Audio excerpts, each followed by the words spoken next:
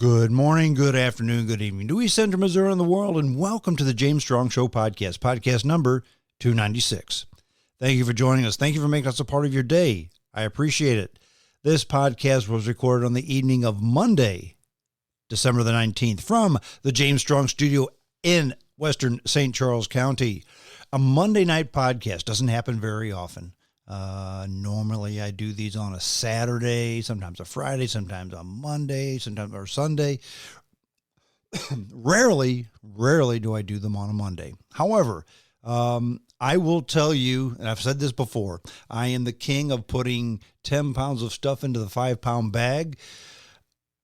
I've had about 11 pounds worth of stuff going on. So I'm behind on everything. Case in point, what did I do yesterday, all afternoon? I cut the grass and did yard work for the last time and winterized the lawnmower and winterized the power washer and did all that kind of stuff that's normally done usually the end of November. Very worst case scenario, like the first week in December. But I did it on the 18th of December. Not what I wanted to do, but with all that's going on, all good, most good. I'm just running behind. I needed to do the Saturday podcast, but something came up. I couldn't. And then Saturday morning turned into Saturday afternoon. Then Saturday night we had plans. And Sunday I had to get this yard work done. So there you go. So here we are on a Monday night doing a podcast.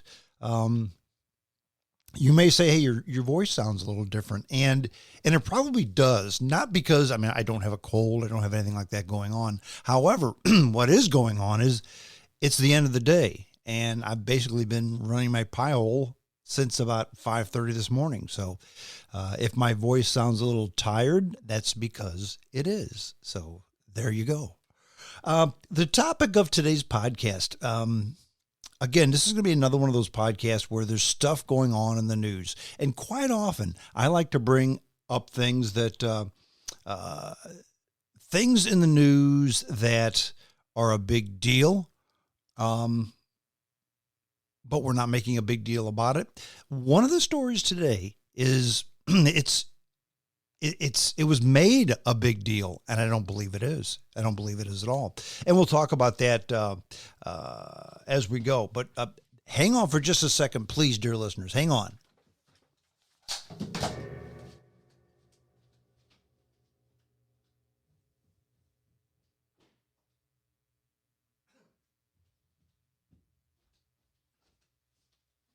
Okay, here we go.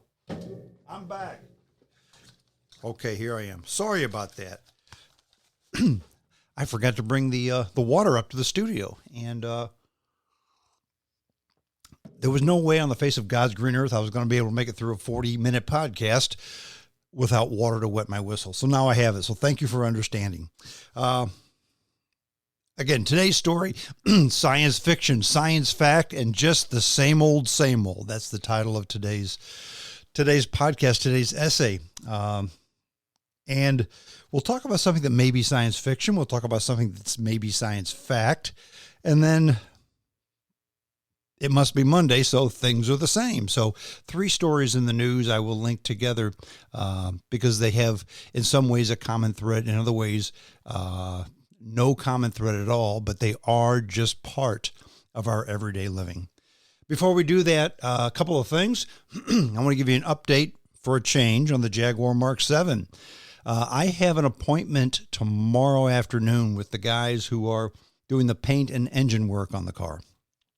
And we're going to decide, okay, we're almost there. What's the last thing that's going to be done, the last list of things that are going to be done before they turn the car over to me and I can get that thing going again. Not sure exactly what we're going to do. A lot of it will depend on how much it's going to cost. These guys will work on this thing for the next 5 years as long as I keep writing checks. But we're so close to being done that, so close to being where I want to be on the car so I can take it and do my thing.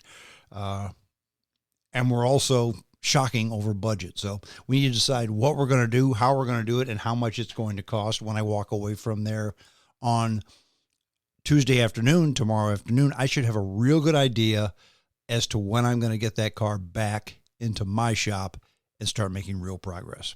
Okay. So there's the first update I've had on this car in quite some time. Also, he's a guy that I truly admire. Trust me, I admire this guy because he is an exceptional human being. Whether you like him or not, you have to admit he's an exceptional human being. And that's Elon Musk. I mean, look at all the things he's done. Is he even 50 yet? He might be 50. But, I mean, PayPal was Elon Musk. Tesla Motors is Elon Musk. He and his brother have a solar company. He owns a battery company. Did I say SpaceX? Yeah, that's him too. I mean, the guy just does so much. He's off the chart intelligent, okay? And then he spent a king's ransom to buy Twitter. And he's spending all his time on this stupid Twitter stuff, which to me, okay, I use social media. My podcast is on Twitter, okay? But for a guy like Elon Musk to be spending every waking moment on this play baby BS, I wonder about his mental health. I really do. Now, I believe Elon Musk is one of those guys who teeters on insanity, but then he has to because he sees things differently than almost anybody else. In fact, I like to compare him to the modern day Thomas Edison. Musk sees things differently, and it just breaks my heart. I mean, he could be figuring better ways to explore space. He could be figuring better ways to build electric cars that maybe are finally carbon neutral, because he's also trying to find better ways to build batteries to store the energy and better ways to gather energy from the sun through solar cells. The guy he could do so much stuff, and he's spending all his time with play baby social media. I wish he'd wake up. I wish he'd get back to doing things that are really important, because we do need them. Editorial comment number 713. Okay, the topic of today's podcast: science fiction, science fact, and the same old, same old. The first story, I guess you could call it science fiction. I'll call it science fiction, only because it has to do with one of my favorite topics, period, and that is UFOs. And this is a story I picked up out of the AP Press, actually Friday. Dateline, Washington, D.C. A new Pentagon office set up to track reports of unidentified flying objects has received several hundred of new reports, but no evidence so far of alien life. That's the agency's leadership told reporters on Friday. Now, the organization is the AARO. I'd never heard of this before. The All-Domain Anomaly Resolution Office. It's a government agency, okay? And it was set up back in July, and it's responsible not only for tracking UFOs in the sky, but also underwater or just in space, or potentially an object that has the ability to move from one domain to the next. Almost sounds like the old MUFON, except for this is a government entity, not just a group of guys and gals, okay? Now, this office was established following more than a year of attention on unidentified flying objects that military pilots have observed, but have sometimes been reluctant to report due to fear of stigma. In other words, being mocked and ridiculed and made fun of. Now, on June 2021, the Office of the Director of National Intelligence reported that between 2004 and 2021, there were 144 such encounters, 80 of which were also captured on multiple sensors. In other words, these are military pilots who said they saw something, 144 of them, and of those 144, they could prove it by saying, hey, look, see our radio recordings? There it is. And they didn't know what it was, they being the government. Now, since then, we've had lots more reporting. That says the office director, Sean Kirkpatrick. When asked to quantify the amount, Kirkpatrick said several hundred. That's even more than the 144. Now, an updated report from the Director of National Intelligence that will provide specific figures on new reports received since 2021 is expected by the end of the year, the officials said. Now, the office was set up not only to examine the question of whether there's extraterrestrial life, but also because of the security risk posed by many encounters with unknown flying objects by military installations or military aircraft. In other words, they don't know what they are, friendly or hostile. Now, this May, Congress held its first hearing in more than a half a century on the topic, with multiple members expressing concern that whether or not the objects are alien or potentially new, unknown technology being flown by China, Russia, or another potential adversary, that's the unknown, and the unknown creates a security risk. Now, so far, quote, we've not seen anything, and we're still very early on, and that would lead us to believe that any of the objects that we've seen, and there's nothing that would lead us to believe that any of the objects we've seen are of alien origin. That's according to Ronald Moultrie. He's the Undersecretary of Defense for Intelligence and Security. Hefty title. Any unauthorized system in our airspace we deem as a threat to safety. And if you think about it, if you're a pilot and you're flying at Mach 2, Mach 3, Mach 4, and all of a sudden, even if you're just on a training mission, okay, and you see something on your radar that shouldn't be there, I mean, what if you hit it? You're going fast. You can't react. You can hit it and you'll die, okay? It really is a security risk and a threat to safety, a true threat to safety. Now, one reason for the additional reports coming out in May may be the outreach of the department has done to destigmatize reporting potential encounters. Each service has also established its own reporting process, said Kirkpatrick. In other words, the people who report, they said, look, if you see something, say something. We're not going to make fun of you. Bang. Reports went through the roof. Now, beyond unidentifiable objects, there's a lot of new technology, like future stealth bombers and stealth fighters and drones and hypersonic missiles being fielded by both the U.S. and China that could be mistaken for a UFO. Kirkpatrick said the new office has been coordinating with the Pentagon and U.S. intelligence community to get the signatures of U.S. technology in order to rule out those aircraft or drones.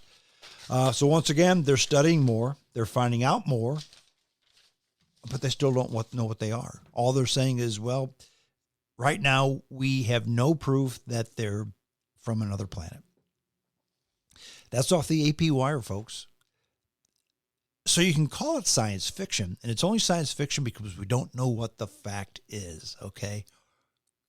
Now, part two, I would call it science fact. And that has to do with nuclear fusion, not to be confused with nuclear fission, different animal, okay? Nuclear fusion is when two cells or two atoms fuse together. Nuclear fission is when you split the atom. Nuclear fission is atomic energy, okay? And you heard the story last week about, hey, look, we finally did nuclear fusion where it took less energy to generate more energy, okay? In other words, it took X to make the test, and what we got out of the test was X plus something. So it was a net positive. That's the first time this has been done. We've done nuclear fusion before, or we've done fusion before, but it always took more energy to create it than it did than you got out of it. So it was a net loss, so it's kind of worthless. But this time it was a net plus. A lot of people have told me, this is a big deal. This is huge. This is fantastic. And I've said, no, it's not. And people have asked me, well, how could it not be? This is a huge deal. Because nuclear fusion could mean countless energy with no pollution, which is true. But here's why we shouldn't be excited about it yet, okay? Now, the U.S. Energy Department last week announced a breakthrough in research on nuclear fusion after a controlled reaction at the Lawrence Livermore National Laboratory produced more energy than it consumed. Okay, fusion offers the potential for virtually limitless clean energy. How long before this breakthrough can deliver on this promise? To get an idea, it's helpful to know three simple numbers in the science and economics of fusion representing key break-even points. Now, the first point is called the scientific break-in. That's when the fusion reaction produces more energy than was used to create the reaction in the first place. The December 5th experiment at the Lawrence Livermore Lab broke this threshold for the first time. And it's a big deal, but it's only the first of the three milestones. Now, what do you mean strong? Well, I'm going to explain that, okay? Number two, the second is the engineering break-in, when the entire fusion reactor produces more energy than it consumes. In other words, to be a useful source of power, you need the facilities that on net produce rather than consume energy. And this reaction wasn't even close. So what do you mean? What are you talking about? Not that you said there was a net gain. Well, there was a net gain with the test itself. But the physical plant to support that test, that takes a lot of energy too, okay? It's kind of like trying to figure out your gas mileage, okay? So if gasoline is $1 a gallon and you get 10 miles to the gallon, okay? To drive 10 miles costs you $1, right? Well, no, it costs you $1 in gasoline. But there's other costs involved, like how much did the car cost, okay? Because it's just not gasoline. It's how much did the car cost. So that's why you include wear and tear on the car as the cost to operate a vehicle. That's what this is, the cost to operate that nuclear reactor, okay? So to deploy fusion, it also requires attaining a third milestone. So if this wasn't bad enough, there's a third milestone that has to be maintained.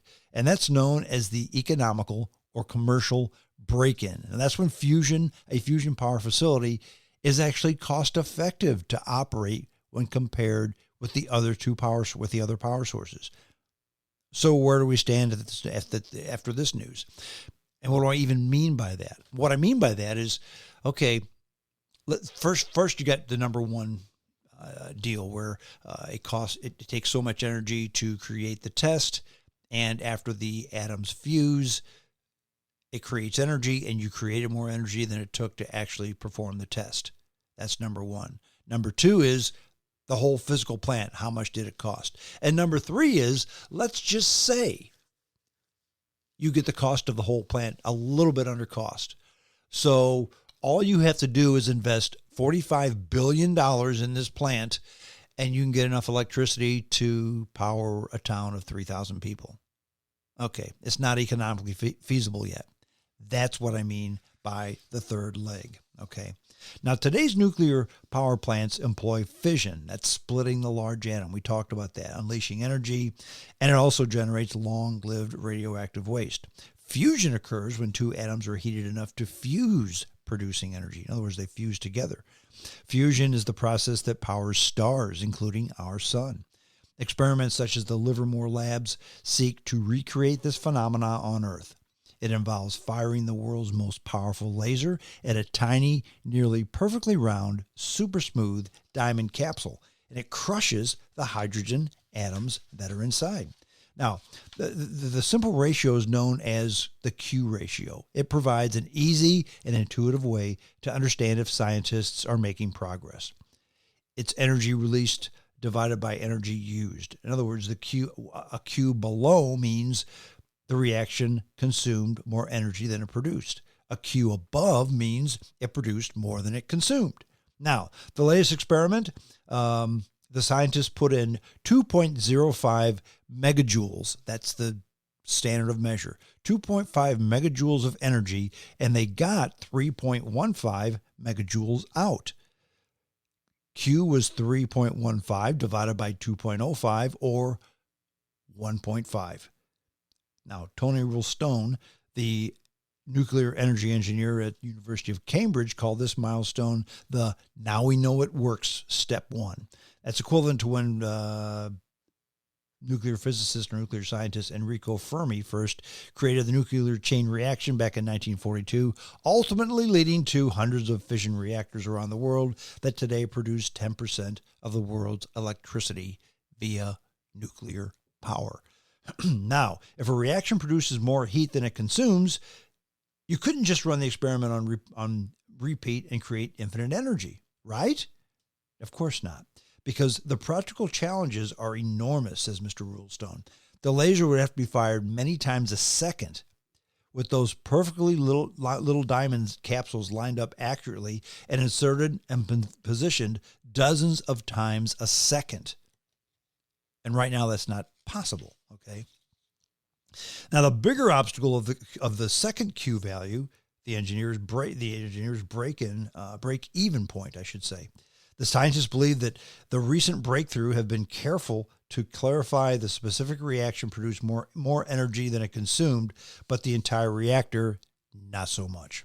Mark Herman, the Lawrence Livermore Labs program director for weapons, physics, and design, told reporters that to generate 3.15 megajoules of energy, the lab consumed about 300 megajoules of energy to fire its laser. Now, you don't need to be a physicist to figure out that this is far from a viable source of power. The Q value for the entire reactor is about 0.01, roughly 1% of what they call break-in. Now, the laser wasn't designed to be efficient, said Mr. Herman. The laser was designed to give us as much juice as possible to make these incredible conditions happen in the laboratory itself. Now, what does this mean? It means scientists need to improve on the technology by a factor of 100. That's according to Jonathan Menard. He's the chief research officer at the Princeton Plasma Physics Laboratory. Now, the thing to watch in forthcoming fusion experiments is whether the engineering Q value starts to march towards 1 or if it remains tiny, tiny, tiny. Now, if you gain a factor of 10 on the fusion and a gaining a factor of 10 on the efficiency, that gives you roughly the factor of 100. Now, that would be in the ballpark of break even. And again, both of those are theoretically possible with government support that could take 1 to 2 decades. Now, we should try for 1 and push really hard for that. Okay. In other words, kind of a break even point with we're not making money, but we're not losing money. If we get there, then you can start fine tuning. Now, then comes the final challenge, economic or commercial break even. Now, once you have fusion reactors that produce more energy than they consume, will they actually be worth building, or would other sources of energy just be cheaper? Kind of depends on what happens to the prices of the other power sources, like fossil fuels. Even if fusion is more expensive than some alternatives, says Dr. Menard, he thinks it would still have a useful role. Even with battery systems, for example, solar and wind power will likely remain most useful when the sun is shining or the wind is blowing. Fusion plants could be powered at other times to fill that gap. Because a fusion plant, just like a nuclear reactor plant or a natural gas plant or a coal-fired plant, you could run that anytime. The wind doesn't have to be blowing. The sun doesn't have to be shining. So if the sun's shining, wonderful. At nighttime, you run the fusion plant. Now, it's going to take a lot more technology and advancement to make it a practical energy source. But is it still inspiring? Yeah, I think so. And you kind of hope that people will work on this as a fun challenge. Making this, I mean, it would be very cool if that could happen. Is it going to happen anytime soon? No. I mean, right now they're talking, yeah, maybe we'll get there in maybe 20 years. Maybe 20 years. But again, it's we've never done this before. Now we've done it. The first baby step has been taken. But to think that we're going to have nuclear fission starting next year, no. So we talked a little bit about science fiction. We talked a little bit about science fact, okay?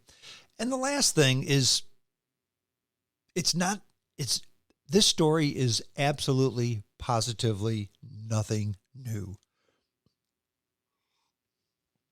It's a big story. It's probably the biggest story. It's probably the biggest story of the three, mainly because of the amount of money that it costs you or depending on the business that you're in, the amount of money it's going to make for you. And it has to do with something we've had since the beginning of time: military spending. The new boom is for the arms makers. And this was out of the New York Times. The prospect of a growing military threat from both China and Russia is driving bipartisan support for a surge in Pentagon spending, setting up another potential boom for weapons that the weapons makers are actually likely to extend beyond the war in Ukraine. Now, Congress is on track in the coming weeks to give final approval to a national military budget for the current fiscal year that is expected to reach approximately $858 billion. Now, how much is that? That's $45 billion more than Biden asked for. That's amazing. Now, if approved at this level, the Pentagon budget will have grown 4.3% per year over the last 2 years, even after inflation, compared with the average of less than 1% a year in real dollars between 2015 and 2021. And that's according to an analysis by the Center for Strategic and Budgetary Assessment for the New York Times. So much for the dovish Democrats not wanting to spend on defense versus the hawkish Republicans. But like I've said before, it seems like the two roles have changed recently. The Republicans seem to be the darlings of the working class, and the Democrats seem to be the darlings of the progressive rich. And I guess the progressive rich are arms makers. But spending on procurement would rise sharply next year, including a 55% jump funding for the Army, for Army funding just to buy new missiles, and a 47% jump for Navy weapons packages. Now, why is this happening, you ask? Well, on Friday, Jake Sullivan, who is President Biden's national security advisor, put the buildup in strategic terms, saying the war in Ukraine has exposed shortfalls in the nation's military-industrial base, and that needed to be addressed to ensure the United States is able to support Ukraine and be able to deal with things going on in the world. Lockheed Martin, for instance, they're the nation's largest military contractor. They booked more than $950 million worth of its own missile military orders from the Pentagon, in part to refill stockpiles that have been used in Ukraine. The Army has rewarded Raytheon Technologies more than $2 billion in contracts to deliver missile systems and expand or replenish missiles used to help Ukraine. Gregory Hines, Raytheon's chief executive, said, "We went through 6 years of Stingers in 10 months. It will take us years, multiple years, to restock and replenish." But those contracts are just the leading edge of what's shaping up to be a new big defense buildup. Military spending next year is on track to reach its highest level in inflation adjustment terms since the peaks in the cost of the Iraq and Afghanistan wars between 2008 and 2011. Remember when they talked about the peace dividend? Scratch it. And the second highest in inflation adjustment terms since World War II, a level that's more than the budgets for the next 10 cabinet agencies combined. So again, how much is the military going to spend? Well, that's the most. They're number one. If you take between 2 and 11 and combine them, it still doesn't equal what the defense budget is. Now, even more orders are coming to the military contractors from U.S. allies in Europe and Asia, as they too have concluded that they have to do more to arm themselves against rising global threats. Case in point, Japan. Japan moved this month to double its spending on defense over the next 5 years, putting aside a pacifist stand that it has largely maintained since 1945. None of this counts an estimated $18 billion of planned but now delayed weapons deliveries by the United States to Taiwan against a future attack by China. Now, the combination of the Ukraine war and the growing consensus about emergence of a new era of superpower confrontations is prompting efforts to ensure the military industrial base can respond to surges in demand. The issue has become urgent in some cases as the U.S. and its NATO allies both, they seek to keep the weapons flowing to Ukraine without diminishing their own stocks to worrisome levels. In other words, all these countries are giving their weapons to Ukraine to fight the Russians. Well, they want to make sure they have something in case they have to go to war or against the Russians or somebody else. Now, the Ukrainian military has run through years' worth of missile production capability for Western suppliers in a matter of months. At the same time, contractors remain concerned about investing to keep growing demand for weapons that could dry up again when the war ends or politics shift course. The difficulty in starting a production back up that doesn't come free, says Thomas Arceau. That's the president of BAE Systems in the UK. And they're now considering restarting its M777 howitzer manufacturing line, which the company has been in the process of shutting down. Now, the M777 is a highly accurate towed gun that fires 155 millimeter artillery shells. And they were winding it down, but guess what? The Ukrainians love them. They work great. But they were winding it down. Now they're ramping it back up. Now, the annual military authorization bill that passed the Senate on Thursday, that'd be Thursday, the 15th. It prevents the Air Force and Navy from retiring aging weapon systems that the military would like to take out of service, like the C-130 and the F-22 fighter jets. The military said, look, these are too old. We don't need them anymore. We don't want them anymore. But the Pentagon says, sorry, Charlie, we're giving you new, but you have to have these too. So it's not this or that, it's both. At the same time, it includes billions of dollars in extra money to build even more ships and more planes than the Pentagon asked for, including $2.2 billion alone for an extra Navy-guided missile destroyer. That's according to the Senate Armed Services Committee. And it goes on and on and on. Now, I don't know if this is a good thing or if it's a bad thing. In theory, what's the old deal where Dwight D. Eisenhower warned us of the military complex, okay, the expanding military complex, the industrial complex, military-industrial complex. That's what it is. He warned us about that, and it's come to fruition. And I guess in a perfect world, you'd want to say, you know what? We just all need to live together, get along, turn our swords into plowshares, et cetera, et cetera, et cetera. And truth of the matter is, if we did that, the world would be a better place. However, with people being people, I'm all for that. I wish we could do that. And I will be on board saying this is what we need to do starting tomorrow. All you have to do is give me a snapshot in time when that's happened. That's not the way people think.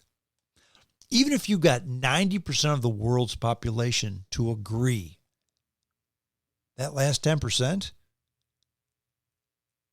it would be Katie bar the door. They would rule the roost. Even if you got China and Russia and the United States and the UK and France and Germany and Japan and Korea, if you got them all to agree, they're not going to make any more weapons. Guess what would happen? India or Pakistan or Indonesia or Iran or North Korea, somebody else would step in the void. That's just how people work. And I'm not going to say it's a good thing or a bad thing. I'm just going to say it's a thing. That's human nature. That's how humans operate. Right now, the Western world rules the roost. That's the United States and Canada, Western Europe, Japan, Korea, Australia. They rule the roost. They're in charge. And the king of the castle in the Western world is the United States of America. That's a fact. Somebody has to be in charge. Somebody is always in charge. Right now, it's us. So to all of you naysayers who say, well, we should just step aside and let somebody else do it. Really? Like who? Do you think the world would be better off if China ran the world? You think the world would be better off if Russia ran the world? You really don't believe that, do you? Of course not. Nobody believes that. So let me end the podcast, dear listeners, with just a point to consider, a point to think about, a point to perhaps contemplate. When you pray at night for world peace, knowing darn well that it's not going to happen, does that mean you stop praying? No. Because what's the old adage? If you shoot for the stars, maybe you at least reach the moon. If you work for world peace, maybe you at least kill less people. I mean, the world is a safer place when it comes to war nowadays. Don't tell that to the people in Ukraine, however. They would disagree. But for the most part, we're peaceful. For the most part. Is it a good thing? Is that a bad thing? It's just a thing. So for once, I don't have an answer. But there you have it. We have the science fiction. We have the science fact. And when it comes to wrapping up arms, whether it's to kill one another or at least to have enough weapons so nobody kills us, or the biggest stick keeps away the bad guys, that's the same old, same old. It's always been that way since the beginning of mankind. And it will always be that way until mankind ceases to exist. The question is, are we that far away? I can't answer that. And neither can you. Well, that's it. I'm done. JamesStrongShow@hotmail.com. That's the email address. Send me your emails. I enjoy listening to them, or I enjoy reading them. I enjoy replying to them. And I do respond to all my emails. Send me and share the podcast with friends. Share it with them. And of course, JamesStrongShow@hotmail.com. Send me your email address. I will send you a link to the podcast. You can download it and listen to it at your leisure. That's it. I'm done. Until next time, this is James Strong saying, adios.